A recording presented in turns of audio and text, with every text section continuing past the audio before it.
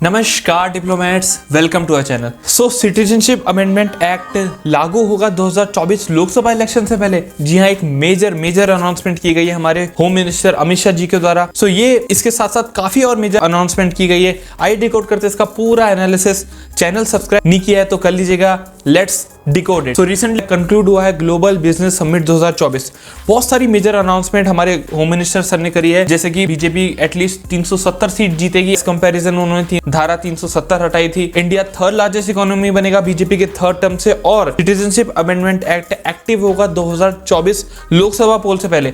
ये एक major announcement है, क्योंकि जैसा कि हम जानते हैं कि 2019 में ये एक्ट आया था। पूरे नेशन वाइज ह्यूज प्रोटेस्ट देखे गए थे। अप्रोक्सीमेटली 100 लोगों की जान भी इन प्रोटेस्ट में गई थी। ये देखना काफी इंटरेस्टिंग हुआ कि ये 2024 लोकसभा इलेक्शन से पहले आ पाता है कि नहीं। लोकसभा इलेक्शंस को 2024 को अप्रोक्सीमेटली 2 मंथ, मैक्सिमम 2 मंथ्स बचे हैं। सो काफी कुछ होने वाला आने वाले महीनों में, बहुत इंटरेस्टिंग रहेगा देखना। अमित शाह जी ने ये भी कहा कि ये जो लॉ है ये कांग्रेस गवर्नमेंट का प्रॉमिस था। जब पार्टीशन हुआ तो बहुत सारी माइनॉरिटीज हमारी जो पाकिस्तान में गई 1971 के बाद, जो बांग्लादेश बना, जो ईस्ट पाकिस्तान था वहां गई, तो उनका रिलीजियस परसिक्यूशन होते जा रहा है। इन्होंने इंडिया की को भी अर्ज करा है कि ये कानून किसी की नागरिकता छीनने का नहीं है, उल्टा देने का है जो रिलीजियसली परसिक्यूटेड माइनॉरिटीज हैं हमारे नेबरिंग कंट्रीज में। डेफिनेटली इसका काफी बड़ा इंपैक्ट है। सो अमित शाह जी ने रिक्वेस्ट भी करी है कि जो लोग भड़काऊ भाषण देते हैं इस एक्ट के अगेंस्ट वो ना दे। किसी की नागरिकता छीनने का कानून नहीं, उल्टा देने का है। हिंदू, सिख, जैन, बुद्धिस्ट, पारसी, क्रिश्चियन जो कम्युनिटीज पाकिस्तान, बांग्लादेश और अफगानिस्तान में है, जो इंडिया में आई है बिफोर 31 दिसंबर 2024 में। इस एक्ट को पास किया गया था दिसंबर 11, 2019 में, और बहुत नेशन वाइज प्रोटेस्ट देखे गए। ये मामला तब भी सामने आया जब राहुल गांधी ने आरोप लगाया था कि जो पीएम मोदी की कास्ट को लेके कि वो ओबीसी नहीं थे, बाद में उन्होंने अपने को ओबीसी का दर्जा दिया। तो ये काफी आज के टाइम पे भी हमें ये ऐसा कास्ट फाइट देखने को मिलता है इतने बड़े बड़े लीडर्स के द्वारा।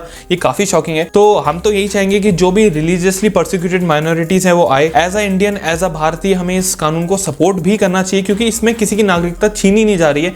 एटलीस्ट उनको दिया जा रहा है जो इसको रियली डिजर्व करते हैं। और मैं आपको एक और बात बताता हूँ, हम अक्सर चाइना से कंपैरिजन करते हैं कि चाइना में तो इतने डेवलपमेंट हो गए, इंडिया तो अभी भी बहुत पीछे है। हालांकि हम 5th लार्जेस्ट इकोनॉमी है, तब भी हमारा पर कैपिटा इनकम पीछे। देखिए, जैसे ही मैं आपको एग्जांपल देता हूँ, रिसेंट का एग्जांपल है। यहाँ पर एक इलीगल स्ट्रक्चर को ही डिमोलिश करने के लिए एडमिनिस्ट्रेशन जाता है, तो उस पर भी इतना पत्थराव किया जाता है। रिसेंटली हल्द्वानी में भी देखा कि रिसेंटली जो गवर्नमेंट कोर्ट के ऑर्डर से भी उस पर भी इतना पत्थराव किया जाता है। तभी नवंबर 2021 में अजीत डोभाल सर ने 4th जनरेशन वॉरफेयर का जिक्र किया था। देखिए, ये काफी इंपॉर्टेंट कॉन्सेप्ट है। टेक्नोलॉजी बहुत आगे आ गई है। देखिए, अगर चाइना या यूएस को, किसी भी फॉरेन नेशन को इंडिया के इंटरेस्ट को हर्ट करना है, वो डायरेक्टली तो अटैक करेगी नहीं इंडिया की आर्मी को, क्योंकि इंडिया की आर्मी काफी स्ट्रांग है। हम अपने इंटरेस्ट को डिफेंड करना जानते हैं।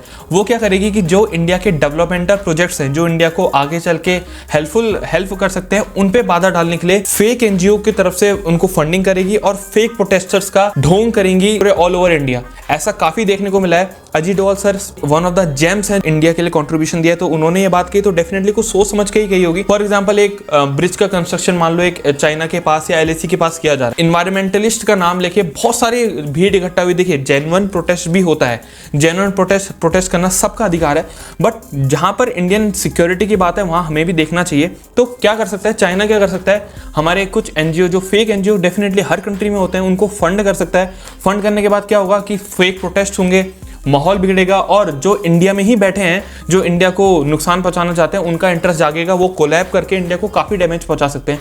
तो 4th जनरेशन वॉरफेयर को भी हमें नजर रखते हुए आगे बढ़ना चाहिए। गवर्नमेंट को स्ट्रिक्ट गाइडलाइंस लानी चाहिए। आपको प्रोटेस्ट करना है तो एक पीसफुल प्रोटेस्ट होना चाहिए और वैलिड रीजन के साथ प्रोटेस्ट होना चाहिए। ये नहीं कि कोई भी एक अच्छा कानून आए और आप जी तोड़ उस पर प्रोटेस्ट करिए। फार्मर प्रोटेस्ट के टाइम भी वो काफी जेन्युइन प्रोटेस्ट था, पर उसके साइडलाइन पे एक टूल किट भी जारी हुई थी जो इंडिया के इंटरेस्ट को काफी हर्ट करती थी। तो डेफिनेटली काफी अच्छा 4th जनरेशन वॉरफेयर का जो कॉन्सेप्ट है अजीत डोभाल सर ने दिया।